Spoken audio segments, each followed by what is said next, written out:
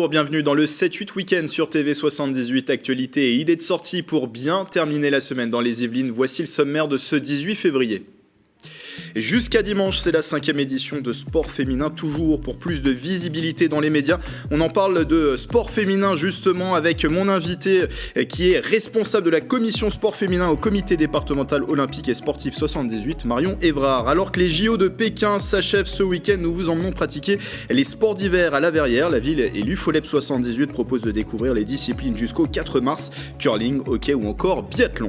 Et puis comme tous les vendredis, nos idées de sortie dans les Yvelines pour le week-end, mais aussi pour les vacances d'hiver qui débutent ce soir. Et c'est bien sûr avec mon acolyte du vendredi, Bichente Mayen Santisteban. Bonjour Bichente. Bonjour Grégory. Comment ça va en cette fin de semaine ? Très bien, et vous, comment ça se passe les vacances qui arrivent ? Écoutez, on n'a pas la chance, on ne fait pas partie de ces 300 000 élèves chanceux qui seront en vacances ce soir, mais on est tout de même heureux de présenter le programme de ce qui va se passer pendant les vacances. C'est au menu aujourd'hui de vos idées de sortie ? Justement, voilà, une grande partie de la programmation du jour, du menu du jour, sera autour de ces vacances scolaires qui arrivent. Et c'est à suivre bien sûr tout à l'heure dans le 7-8 Week-end. Et J-8 avant le salon de l'agriculture qui va faire son grand retour à Paris, porte de Versailles, après 2 ans d'absence. Avant l'événement, un camion interactif fait le tour de France pour sensibiliser les jeunes aux métiers de la filière et de l'alimentation, qui représente tout de même 3,4 millions d'emplois dans l'Hexagone. L'aventure du vivant fait étape en ce moment à Versailles et c'est jusqu'à samedi le reportage justement de Bichente Mayen Santisteban. En face du château de Versailles, aux grandes écuries royales, un camion orange. En son fort, simulateur, casque de réalité virtuelle et écrans interactifs. On est venu en bus et maintenant on va découvrir les métiers, etc. En vrai, j'ai appris plein de trucs. C'est intéressant. C'est pour faire vivre l'expérience. Donc, dans les casques 3D, on va avoir par exemple des métiers comme élagueur pour vraiment faire vivre le métier de l'intérieur et une expérience immersive. Et on a aussi un test pour faire de la conduite d'engins agricoles. Donc voilà, c'est vraiment immersif. Des outils pour renseigner les jeunes au métier du vivant, mais pas seulement. Tout est aujourd'hui très informatisé et il y a beaucoup d'exploitants qui gèrent leur exploitation presque d'un bureau et avec des écrans pour gérer la traite des vaches, l'alimentation, etc. Donc c'est ça qui intéresse aussi les jeunes et contrairement à ce qu'on pourrait croire, c'est vraiment très technologique. Il y a des drones, il y a toutes ces choses-là qui sont aujourd'hui et qui intéressent énormément les jeunes. Les classes de collèges et lycées sont divisées en 2 groupes. L'un se focalise sur la pratique, l'autre échange sur les métiers de l'enseignement agricole qui assure aujourd'hui 90% d'insertion professionnelle. Typiquement, il y a des métiers qu'on ne pense pas à trouver dans les établissements agricoles, ça va être le service à la personne, les filières de la vente. Ça, c'est des métiers qui sont alors connus par ailleurs, mais qu'on ne pense pas trouver là. Et après, il y a des métiers qui sont moins connus, tout ce qui va être viticulture par exemple, arboriculture, un petit peu des sections de la production, mais spécifiques. Après son escale dans la Cité Royale, le camion mis en place par le ministère de l'Agriculture et de l'Alimentation se rendra à Chartres, puis sera stationné à Paris, porte de Versailles, pendant les 10 jours du Salon international de l'agriculture. La joie des élèves du lycée Hoche de Versailles. Le lycée s'est adjugé le derby contre Ginette 51-47. C'était ce jeudi au centre sportif Montboron à Versailles dans une ambiance digne des campus américains. Depuis 2004, un match de basket oppose les lycées Sainte-Geneviève dit Ginette et Hoche. Un duel imaginé par un professeur de PS, François Alamand. Pour l'anecdote, c'est seulement la 2e victoire de Hoche en 16 éditions. Nous reviendrons largement sur ce rendez-vous dans notre émission 7-8 Sport ce lundi sur TV78. Toute cette semaine, le ministère des Sports et le monde sportif et l'ARCOM sont mobilisés pour le sport féminin. Sport féminin toujours se déroule jusqu'à dimanche pour plus de médiatisation des compétitions féminines et aussi favoriser plus d'égalité, plus de pratique pour les femmes. Le hashtag également plus de sport au féminin a été lancé pour en faire la promotion sur les réseaux sociaux et on en parle avec mon invité, c'est Marion Évrard. Bonjour. Bonjour. Vous êtes responsable de la commission sport féminin au GDOS 78. Alors le GDOS, c'est le comité départemental olympique et sportif des Yvelines. Selon vous, quel est l'intérêt de cette opération et pourquoi est-elle primordiale cette opération sport au féminin ? Eh bien, c'est très important parce qu'effectivement, il est très important de montrer des sportives en action dans tous les médias parce qu'il n'y en a pas assez et de montrer des sportifs de haut niveau. C'est quelque chose aussi qui peut faire adhérer des femmes et faire venir des femmes au sport. Donc c'est important qu'on montre que les femmes ont toute leur place dans le sport et une très très grande place. Avec une dynamique, on l'imagine, encore plus importante en vue des Jeux Olympiques de Jeux 2024 Olympiques, bien entendu. qui vont se dérouler sur le territoire français et aussi sur les Yvelines. Sur les Yvelines, voilà, avec Terre de Jeux et énormément de villes qui sont actuellement labellisées Terre de Jeux pour aussi bien faire les entraînements, les recevoir les athlètes et puis faire des activités, que les communes fassent des activités en vue des JO de 2024. Avec des sites olympiques, on le sait, sur le territoire des Yvelines. Alors aujourd'hui, si on regarde les chiffres franciliens, les femmes représentent 38% de la pratique sportive dans les quartiers prioritaires. On est encore plus loin de cette parité puisque le chiffre descend à 25%. Quelle est la situation dans les Yvelines? Est-ce que la tendance est similaire? La tendance est un peu plus basse dans les Yvelines parce que tout dépend des sports en fait. Il y a des sports qui ramènent qui prennent où les femmes prennent énormément de part, l'équitation, pratiquement une majorité, enfin plus qu'une majorité, presque unanimité de femmes, la gymnastique également, tous les sports de danse bien sûr. Par contre, quand on parle du rugby ou du foot, là, c'est plus du tout la même chose. Dans les Yvelines, c'est plutôt 28%. Nous, on fait, au niveau du GDOS, on fait des pourcentages par rapport à nos adhérents. On a une quarantaine de comités départementaux adhérents. Et on peut constater à peu près 28% de femmes parmi les clubs de ces comités. 28% de pratiquantes dans les Yvelines. Alors ça, c'est pour les pratiquantes. Du côté du monde dirigeant, on sait qu'au niveau national, il y a beaucoup de progrès à faire sur la place des femmes justement dans des postes de dirigeants. Est-ce que dans les Yvelines, ça progresse? Là aussi, ça progresse parce que déjà, on a toujours besoin de bénévoles et de dirigeants pour monter les associations, pour les faire vivre. Et les femmes, ils viennent parce qu'elles en ressentent la nécessité. Elles viennent un peu plus tard, quand elles n'ont plus d'activité professionnelle ou plus d'enfants à s'occuper et un peu plus de temps à consacrer aux associations. Et là, elles rentrent volontiers dans les postes de dirigeants. Donc vous diriez que sur les dernières années, il y a une amélioration du point de vue des dirigeants aussi, sur les pratiquants? Il y a une amélioration, oui. Alors les comités départementaux des différentes disciplines, est-ce qu'ils sont justement investis? Vous avez cette impression-là sur cette thématique du sport féminin? Alors oui, ça dépend. Je crois que c'est surtout les clubs qui sont investis. Les comités départementaux, moi je vois plus le mien qui est du tir à l'arc. Bon, c'est un sport où il y a pas tout à fait autant de femmes que d'hommes, mais il y a beaucoup de femmes. Mais dans les comités départementaux, je crois qu'ils ont plus de choses à gérer, d'autres choses à gérer. Enfin, ils organisent des manifestations pour promouvoir le sport pour les femmes, mais je crois qu'ils laissent plus l'initiative aux clubs qui, eux, font des démarches spécifiques en aménageant les horaires, en faisant des séances spécifiques avec les mamans, avec leurs enfants, pour que les mamans pratiquent le même sport que l'enfant, et ça les fait venir, et en même temps, ils ont leurs enfants avec eux, donc c'est très important. Donc les clubs créent des démarches et des activités comme ça pour faire venir les femmes. C'est plus au niveau des clubs. Des clubs qui a les dynamiques qui se créent. Oui. Et pour le GDOS 78, justement, quel est le rôle du comité départemental olympique sportif, justement, dans la promotion de ce sport féminin? Alors, nous organisons deux concours, essentiellement deux concours. Un concours qui a lieu tous les ans, qui s'appelle Ose Yvelines, Opération pour un sport égalitaire, qui est en partenariat avec le service départemental de la jeunesse, de l'engagement et des sports.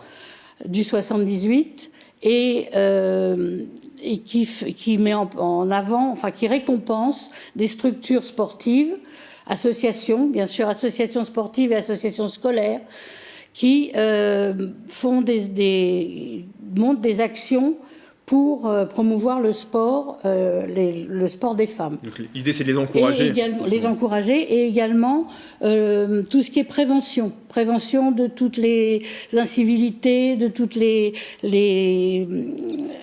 atteintes des violences, toutes les violences sexuelles ou autres, les inégalités, les discriminations qu'il peut y avoir au niveau du sport. Donc ça, c'est pour le premier concours. Et le deuxième? Le deuxième, c'est marraine de filles. Alors là, c'est dirigé vers des personnes, des individualités qui, dans un club, vont avoir réalisé des actions soit pour augmenter le nombre de femmes dans leur club, soit pour développer une action particulière en vue des femmes, soit pour mettre en place un entraînement ou un encadrement spécifique féminin. Donc ça fait partie des actions du CDOS 78. Et puis, essayer d'influencer tous les comités départementaux et les clubs à faire quelque chose pour le sport au féminin.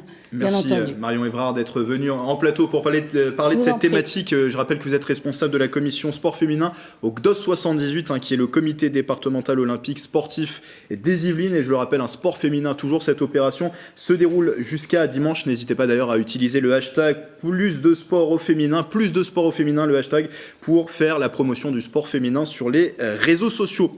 Sport féminin toujours, cette opération était au cœur de l'actualité de la semaine, mais que s'est-il passé d'autre dans les Yvelines ces derniers jours? Mélanie Poquet vous résume le tout en 78 secondes.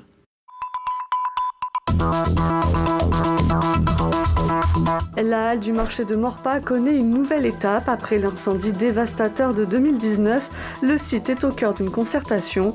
Les Maurepasiens ont découvert le week-end dernier les plans imaginés pour une reconstruction en 2024. Un couple yvelinois reconnu juste parmi les nations, Aurélien et Julienne Morin, habitants de Limay, ont accueilli pendant 2 ans le jeune Henri Doman. Une cérémonie s'est tenue à Levallois-Perret. Les 6 agents du service sont actuellement en formation. La police municipale de Voisins-le-Bretonneux va bientôt être armée. Le nouveau maire de Mantes-la-Jolie devrait être connu au plus tard le 22 mai. Les dates pour la municipale partielle sont connues. Premier tour le 15 mai, 4 candidats se sont déclarés, dont Raphaël Cognier, maire démissionnaire en janvier. La Maison de l'Europe des Yvelines a 20 ans et pour cette double décennie, la structure organisait un temps d'échange. Penser et créer l'agriculture de demain, ce 16 février, c'était le coup d'envoi pour les startups sélectionnées par Hectare, le plus grand campus agricole du monde. 11 entreprises vont s'y développer. Une Yvelinoise décorée, Gabriella Boda, directrice musicale de la Maîtrise de Trappes, a reçu les insignes de chevalier de l'Ordre national de la Légion d'honneur.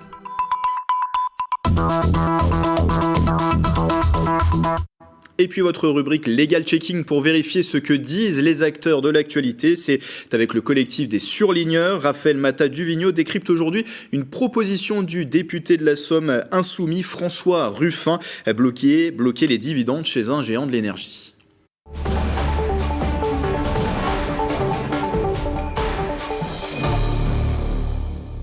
François Ruffin a demandé au gouvernement de bloquer la distribution des dividendes chez Total Energy après l'annonce d'un bénéfice de 16 milliards de dollars pour l'année 2021. Alors soyons clairs, cette proposition est parfaitement contraire au droit de la propriété privée protégé par la Constitution. Pour rappel, les actionnaires sont des investisseurs financiers qui sont titulaires d'actions achetées sur les marchés boursiers et qui espèrent en retirer profit par la distribution d'une part des bénéfices réalisés durant l'année. En contrepartie, ils prennent le risque de perdre leur investissement en contribuant aux pertes en cas de mauvais résultats. Il revient donc à l'Assemblée Générale des Actionnaires, et à elle seule, en toute liberté et en toute indépendance, de décider de distribuer ces dividendes, d'y renoncer ou d'en limiter la distribution. Précisons également que le droit aux dividendes est une des composantes de la propriété privée. Donc les dividendes auxquels les actionnaires ont droit sont protégés par la Constitution et par la jurisprudence du Conseil constitutionnel, qu'il y ait privation totale de ce droit ou simplement limitation dans les conditions de son exercice. Donc pour aller dans le sens de François Ruffin, le gouvernement est juridiquement limité et ne peut pas prendre de mesures contraignantes. Donc que faire ? Dans les entreprises où il est actionnaire, l'État pourrait, à l'occasion d'une assemblée générale, voter contre la distribution des dividendes. Mais cela ne peut fonctionner que s'il parvient à former une majorité autour de lui. Il pourrait aussi décider que les entreprises qui continueraient à verser ces dividendes se verraient exclues des mesures de soutien économique adoptées en mars 2020 pour modérer les conséquences de la pandémie. Politiquement, c'est assez difficile. Il pourrait aussi proposer de modifier la législation fiscale en augmentant par exemple la fiscalité sur les bénéfices. Possible, mais cet impôt ne doit pas avoir de caractère rétroactif.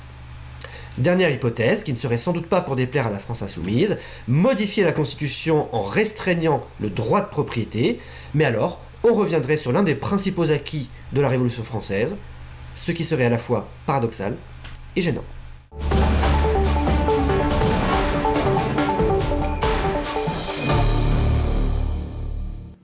Allez, c'est l'heure de sortir dans les Yvelines dans ce 7-8 week-end. Et c'est bien sûr Bichente Maria Santisteban qui vous sert de guide chaque semaine. Ce vendredi, Bichente, on le disait tout à l'heure, c'est le début des vacances d'hiver et on va forcément en parler aujourd'hui. Alors que les JO de Pékin, alors ça c'est une autre actualité, vont se clôturer aussi ce week-end. On va découvrir les sports d'hiver. Alors ce qui est drôle, c'est qu'on ne quitte pas les Yvelines, on peut découvrir ces sports de montagne directement dans le département. Ça, comme à la maison, jusqu'au 4 mars, l'UFOLEB 78 organise son Winter Tour avec la ville de La Verrière et l'école régionale de premier degré. Quelques jours pour découvrir les sports d'hiver. On enfile ses gants, son bonnet et sa petite écharpe Grégory avec Mélanie Poquet et Nicolas Dandry. Les sports d'hiver, ce n'est pas qu'à la montagne. À La Verrière, une centaine de jeunes découvrent plusieurs disciplines sportives, toutes liées à cette époque de l'année. J'aime bien pourquoi on s'amuse. Comme mon pote, on s'amuse tous et c'est trop bien. Je trouve que la patinoire est assez amusante, mais c'est pas de la vraie glace. Le hockey, j'ai beaucoup adoré. Et le curly air, voilà, curling, ça passe encore. À l'organisation, l'UFOLEB 78, fédération sportive multisport, curling, patinage, escalade ou encore hockey. L'objectif, faire découvrir des sports originaux avec en ligne de mire Paris 2024. On a souhaité rassembler sur un site qui s'y prêtait, celui de l'ERPD de La Verrière, un ensemble d'activités qui sont en phase avec les Jeux Olympiques de Pékin, sur lesquelles on retrouvait à peu près toutes les activités de montagne et qui s'adressent plus particulièrement à un public qui n'a peut-être pas la chance de pouvoir en profiter. Seuls 10% des Français vont au ski chaque année, 40% n'y sont même jamais allés. Ça permet de découvrir des sports, ça permet de travailler la cohésion d'équipe, ça permet pendant les vacances avec le centre aéré de s'aérer la tête et de se dépenser au plus près de chez soi. Donc on a effectivement un partenariat qui est gagnant-gagnant autour des valeurs du sport. Il est important de mutualiser les moyens un petit peu pour pouvoir aussi faire vivre, je dirais, les instants éducatifs que doivent avoir les enfants, les vacances apprenantes, et plus on s'associe ensemble et plus on développe nos partenariats. La ville s'est rapprochée essentiellement des centres de loisirs, structures de jeunesse et certaines écoles.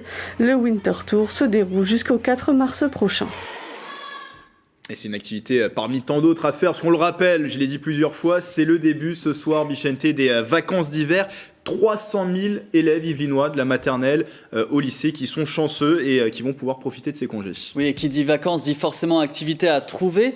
Si vous vous demandez comment occuper vos enfants, nous avons avec nous en plateau Céline Charles, qui n'est pas babysitter, mais qui va peut-être trouver quelques réponses pour vous. Et oui, il est parfois difficile de trouver quoi faire pendant les vacances scolaires, surtout quand il fait encore un petit peu froid dehors comme maintenant.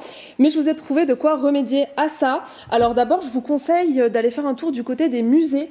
Ils proposent de nombreuses activités ou stages ludiques, comme des activités essentiellement manuelles, de la gravure, de la peinture ou encore de la confection d'objets. Par exemple, vous pouvez vous renseigner du côté du musée Maurice Ravel à Montfort-l'Amaury, du côté du musée Maurice Denis à Saint-Germain-en-Laye, ou encore le musée de la ville à Montigny-le-Bretonneux.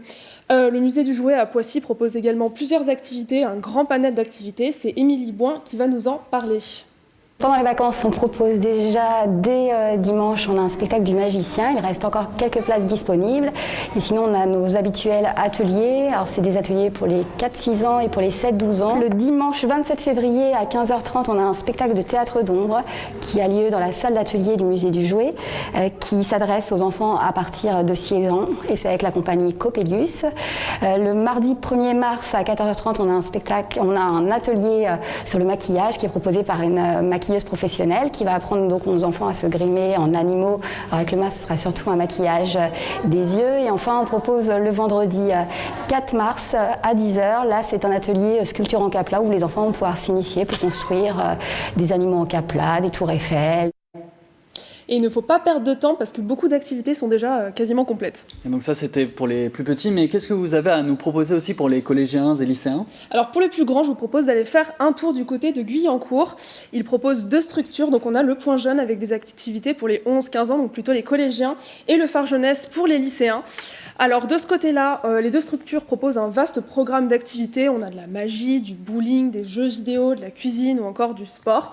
Il y en a pour tous les goûts. Par exemple, un stage de handball sur 3 jours qui se termine sur une soirée avec un match PSG handball. On a également des sorties expositions à Paris ou encore une sortie à la piscine patinoire de Chartres. Une spécificité également cette année, ils proposent une formation BAFA. On va proposer une formation BAFA. Le début de la formation BAFA à nos jeunes Et la spécificité de Guyancourt, c'est que on va accompagner, on prend en charge cette formation. Donc ça va coûter 200 € aux jeunes pour une formation qui est de l'ordre de 800 €. Et donc on les fait les formations, on les accompagne jusqu'au stage pratique, puisqu'on leur proposera un stage pratique dans nos structures cet été, pendant les vacances d'été, dans nos structures d'accueil de loisirs. Et l'objectif, c'est qu'ils puissent être bafaïsés en novembre. Et la formation commencera la semaine prochaine et se déroulera pendant 8 mois. Donc là, ça fait déjà beaucoup de choses que vous nous proposez, Céline, mais est-ce qu'on peut faire une petite dernière idée pour la route? Et oui, encore un peu plus, il y a les incontournables animaux pour amuser petits et grands. On pense bien sûr à la bergerie nationale de Rambouillet, la maison des insectes à Carrière sous Poissy ou bien la ferme de Galie de Saint-Cyr. Outre les chèvres, vaches, moutons et cochons qui plairont évidemment aux enfants, elle propose des ateliers de fabrication du pain, des ateliers de barattage du beurre, de fabrication de nourrisseurs à oiseaux, de jus de pommes frais ou encore des enquêtes. Et enfin, pour finir, une petite dernière activité pour ceux qui ne peuvent pas partir aux Jeux, au sport d'hiver. Le centre commercial One Nation Paris Outlet installé au Clé-sous-Bois propose 3 activités, une piste de luge de 18 mètres, de curling, un parcours de hockey. Et toutes ces animations sont gratuites tous les jours de 14h à 18h. Merci beaucoup Céline. Vous avez une petite préférence? Vous irez où pendant ces vacances? Moi j'irai faire un peu de luge. Un peu de luge dans le coin. Et vous, Bichetti, alors, du coup? Moi, le PSG handball, je crois qu'un petit match du PSG handball, ça me dirait bien. C'est pas surprenant ça. Côté sportif qui parle, on connaît ce côté, Bichetti. Merci Céline pour toutes ces idées de sortie. Et vous en avez d'autres, Bichetti. On part à présent en balade, on va se balader. Exactement, en fait les balades d'hiver plus précisément, c'est le nom d'un mini-festival qui se déroule jusqu'au 26 février dans toute la vallée de Seine. En tout, 8 spectacles vivants à destination du jeune public se produiront dans divers lieux culturels, des représentations complètement différentes entre théâtre, musique, danse ou encore conte. C'est l'association Les 400 coups qui organise cet événement. Nous avons d'ailleurs rencontré son directeur qui nous explique le but du festival. C'est de favoriser dans la vallée de la Seine le développement du spectacle vivant pour les jeunes publics et les familles, notamment en travaillant avec des lieux de petites communes, dans des endroits où le spectacle ne va pas nécessairement beaucoup, et donc pouvoir proposer aux enfants et à leurs familles des spectacles de proximité d'une certaine façon pour éviter les grands déplacements. Il y a beaucoup dans cette partie du territoire, il y a beaucoup de communes rurales ou périurbaines qui n'ont pas réellement de programmation à l'année. Donc c'est une façon d'être présent sur le territoire pour favoriser le spectacle vivant jeune public. Pour retrouver cet entretien complet, rendez-vous dans le prochain 7-8 Culture présenté par Célia Gatsongo. L'excellente Célia Gatsongo. Arrive le moment, à présent, Bichetti, de votre invité. Oui, aujourd'hui nous recevons Catherine Noël, adjointe en charge de l'animation de la culture et du patrimoine de la commune de Croissy-sur-Seine. Bonjour. Bonjour. Bonjour Catherine Noël, vous êtes avec nous parce que la ville de Croissy-sur-Seine s'est associée à Universcience, l'établissement regroupant le Palais de la Découverte et la Cité des Sciences et de l'Industrie pour ces 4 prochaines années. Et je crois savoir que vous sortez tout juste de la finalisation et de la signature du contrat. Est-ce que c'est acté ? Exactement. Nous avons signé à 14h30 donc la réception de cette exposition Cabane, qui est, comme vous l'avez dit, un partenariat entre la ville de Croissy-sur-Seine et Universcience, qui regroupe en effet la Cité des Sciences et de l'Industrie et le Palais de la Découverte. Justement, comme vous l'avez dit, l'association commence dès ce mois de février, plus précisément le 22 février, avec l'exposition Cabane présente au Château Chanorier, un voyage vers l'imaginaire pour les enfants de 2 à 7 ans. Est-ce que vous pouvez nous en dire plus ? Je crois que vous vous trouvez justement dans une de ces cabanes en ce moment. Exactement, je suis dans une de ces cabanes et comme vous l'avez dit, c'est un voyage pour les enfants et c'est surtout un voyage vers l'imaginaire. En fait, chaque concept est assez différent. Beaucoup sont à utiliser avec des produits recyclés, donc en plus on reste dans l'air du temps. Il y a donc plusieurs sortes de cabanes et il y a notamment un moment phare de l'exposition qui s'appelle le Grand Défi, où c'est une énorme cabane et les enfants peuvent construire eux-mêmes avec du matériel, du bois, du tissu, des coussins, etc., leur propre petit lieu. Et voilà, il y a aussi une cabane qui regroupe des livres où les enfants, avec leurs parents, peuvent s'asseoir et puis regarder non seulement des livres que nous avons tous connus à notre époque, mais aussi des livres qu'ils vont découvrir par eux-mêmes. Bref, c'est un moment d'évasion et vraiment, on est très fiers de pouvoir vous présenter cette exposition. Et l'exposition Cabane, qui est la première exposition du projet Petit Curieux de la Cité des Sciences. Pour ces prochaines années, vous aurez toutes les expositions qui proviennent de ce projet Petit Curieux ? Non, alors là, donc on commence par cette exposition Cabane, qui est la première exposition hors les murs en Île-de-France pour le grand public de la Cité des Sciences. Donc ça, c'est déjà extraordinaire. Et à partir du mois de décembre, à peu près à la période de Noël, nous aurons une exposition qui s'appelle Chiens et chats et qui fera aussi le bonheur du grand public, des enfants, mais aussi des adultes.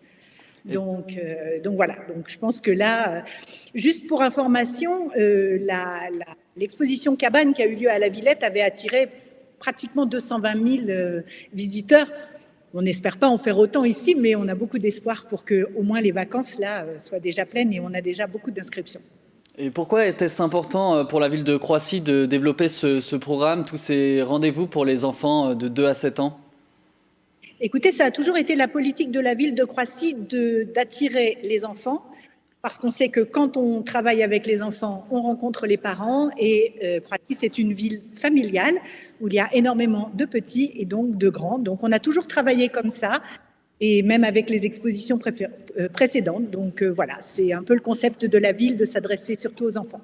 Et rapidement, en 2 mots, pour les vacances, il y a aussi d'autres choses prévues. J'ai cru voir un stage de cirque, par exemple. Ah oui, il y a un stage de cirque, il y a énormément de médiation culturelle. On a une médiatrice culturelle qui fait des expositions. On a beaucoup à l'école de musique, on a un stage. On a Microfolie aussi, où les enfants pourront découvrir beaucoup de choses. Et puis la bibliothèque qui fait aussi pas mal d'animations. Il y a l'heure du conte. Tout ça, c'est à retrouver sur notre site croissy.com. Et là, vous aurez toutes les informations concernant les vacances. Eh bien parfait, je crois qu'on sait tout. Merci beaucoup Catherine Noël d'avoir été avec nous. Et donc merci, nous avons hâte nous avons hâte de découvrir l'exposition Cabane qui ouvrira ses portes le 22 février prochain et jusqu'au 30 mars au château Chat-Norier de Croissy-sur-Seine. Le rendez-vous est pris. Merci effectivement à votre invité. Ah d'accord, ok. Merci beaucoup Catherine Noël. Alors on termine Bichente avec des rendez-vous immanquables, il y en a pendant ces vacances d'hiver. Oui, on commence à Thoiry, il ne reste que quelques semaines pour profiter des illuminations, je vais y arriver, féeriques proposées par le zoo de Thoiry. Plus de 1500 animaux, plantes et personnages à venir voir jusqu'au 6 mars prochain. 2 plages horaires possibles pour les lève-tôt, l'éveil féerique de 7h30 à 10h. Pour les gens comme moi, les lumières sauvages de 17h à 20h. Pour les tarifs, vous pouvez accéder uniquement au parcours d'illumination qui fait environ 1,5 km dans les jardins du château, mais aussi combiner et prendre une formule avec le zoo safari également à 30 €. On termine avec une autre sortie et en plus on peut se cultiver avec cette sortie. Vous savez Grégory que j'aime bien toutes ces sorties nature autour de la faune et la flore. Est-ce que vous connaissez la gémothérapie ? Non. Non, c'est normal.